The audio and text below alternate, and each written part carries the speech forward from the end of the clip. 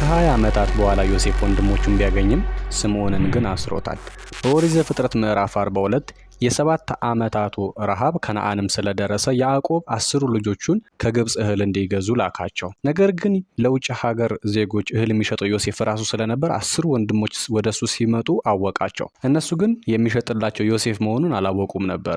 ዮሴፍም እናንተ ሰላዮች ናችሁ፣ የሀገሩን ራቆትነት ልታዩ መጥታችኋል በሚል ሰበብ ለ3 ቀን በእስር ቤት አቆያቸው። እነርሱ ግን የአንድ አባት ልጆች መሆናቸውንና አንዱ ታናሽ ወንድማቸው ከአባቱ ጋር መሆኑን ሌላው ደግሞ መጥፋቱን ነገሩት። እንግዲህ ዮሴፍን በገዛ እጃቸው ሽጠው መጥፋቱን ለአባታቸው ከዋሹ በኋላ እነሱ ራሱ ጠፍቷል ብሎ አምነው ነበር። ያንን በዮሴፍ ፊት መሰከሩ ማለት ነው። እርሱም ስምዖን እንደ ማስያዣ አስሮ 9ኙን መልሶ ከእህላቸው ጋር መልሶ ላካቸው። ታናሽ ወንድማቸውን ይዛችሁ ከተመለሳችሁ ሁላችሁም ሰላዮች አለመሆናችሁ ይረጋገጥና በሰላም ትሄዳላችሁ የሚል ቃልን ሰጥቷቸው። ግን ለምን ስምዖንን አሰረው ብለን ስንጠይቅ ወንድሞቹ ዮሴፍን ሲሸጡት በመሸጥ ሀሳቡ ተስማምቶ እንዲሁም ደግሞ ልክ እንደ ሮቤል ያድነኛል ያተርፈኛል ብሎ ወደ እርሱ ቢጠጋ በሰይፍ ጥፊ መጥቶ ልክ እንደ ባራ የሸጠው ስምዖን ስለነበረ በዚህ ባደረገበት ክፉ ነገር ፋንታ በመልካም ሊመልስነትና ሊንከባከበው እንዲሁም ከበረሃ መንገድ ከእንቅፋት ሊያተርፈው ስለፈለገ ነው ብሎ አባቶቻችን በትውፊት ያገኙትን መረጃ ያሳውቁናል። ነገር ግን አባታቸው ብንያምን አምኖ ይሰጣቸው ይሆን? እሱም በቀጣይ ምዕራፍ እንመለከታለን።